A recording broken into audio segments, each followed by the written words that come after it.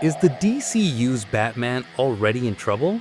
Insiders just confirmed that Christina Hodson is officially back to write Batman: The Brave and the Bold, and the fandom is losing it. After the absolute mess that was The Flash, fans are asking, why is DC doubling down on the same team? Is James Gunn playing it safe, or is this a total disaster in the making? Stay tuned, because the behind-the-scenes drama is wilder than the movie itself. Subscribe so you don't miss the fallout when this hits theaters. And tell me, do you trust the Flash team with The Dark Knight? Let's talk about it. Yo, what's up guys? So this past week, two big-time insiders dropped some major tea about the writer for the DCU's Brave and the Bold. First, Jeff Snyder leaked that Christina Hodson, who penned The Flash, was coming back for the Caped Crusader.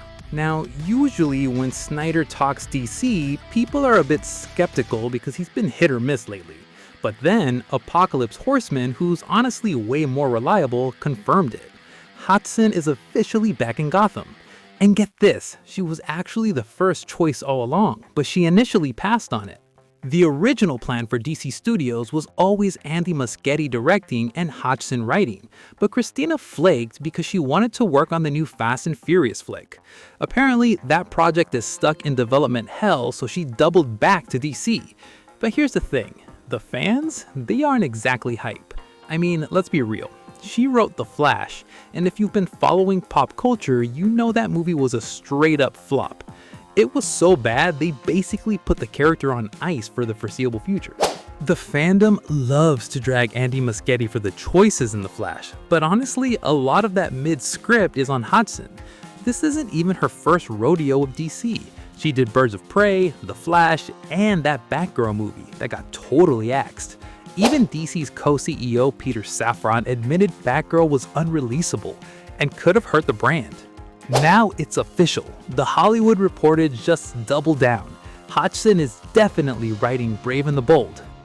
This movie is all about Batman and Robin, but specifically the Damian Wayne version. We're talking about a preteen assassin raised by killers who the son Bruce Wayne never knew he had.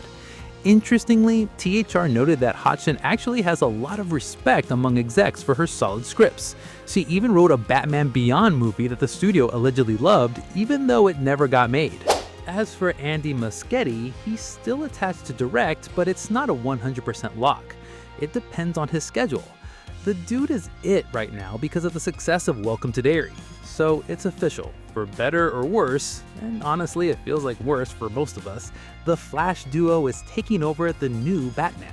Reports say Hodson might have started back in September or October, but don't hold your breath for a script anytime soon. DC's being extra cautious with this one. So why would they put a writer with such a rocky track record in charge of the biggest Batman movie yet? People are low-key stressed about it. Birds of Prey had decent reviews but flopped at the box office. Then The Flash had that cringy marketing where Warner tried to sell it as the best superhero movie ever.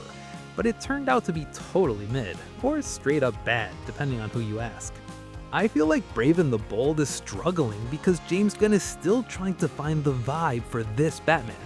First, he wanted an older Bruce with a Robin. Then there were rumors about Tim Drake, and now we're back to Damian. It's messy. When nobody has a clear North Star, you end up with a Frankenstein project. Sure, Hodson and Muschietti had some cool action scenes in The Flash, but they also gave us Ben Affleck's hideous suit and that embarrassing scene with Wonder Woman's lasso of truth. Man, that was totally unnecessary. Just cheap bait for social media arguments. Look, the Batman Part 2 is going to be the dark, gritty version, but that doesn't mean Brave and the Bold should be some goofy spin-off. We need to take Batman seriously, and Robin needs to be relevant for once. A lot of casual fans still think Robin is a joke or don't even know there's more than one. If this movie feels like The Flash, it's over. It's not gonna work. Honestly, does Gunn even know what to do with Batman? The constant back and forth with writers shows a lack of clarity. The bar for a Batman movie is way higher than for Superman or anyone else. If Muschietti is too busy with Welcome to Derry, maybe it's time to move on and find someone who's 100% committed to Gotham. But wait, there's more. Legend Sam Raimi recently said he's down to direct a Batman movie. he told MovieWeb he's always loved the character and wants to tell an original story that stays true to the lore without letting fans down. Can you imagine a world where we have Matt Reeves and Sam Raimi both making Batman movies at the same time? That's some peak DC energy right there, like having Paul Dini and Grant Morrison writing different titles in the comics. Gunn already knows the fans are begging for Raimi. He's been replying to people on threads about it. But let's be real, Gunn probably won't fire his current team just to bring in Raimi. Would a Sam Raimi Batman even work? Some think it would be dark, but looking at his style, it would probably be more fun scary than emo dark. Either way, I'd watch that in a heartbeat. At the end of the day, it looks like Brave and the Bold might be more of a studio-mandated movie rather than an auteur-driven one. Since Gunn and Safran are micromanaging it, Hodson and Muschietti are probably just there to execute their vision. We won't know if this gamble pays off until we're actually in the theater. So what do you guys think? Are you rocking with Christina Hodson as a writer, or are you officially worried about the DCU's Batman? And would you drop everything to see a Sam Raimi Batman film? Drop a comment below and let's argue.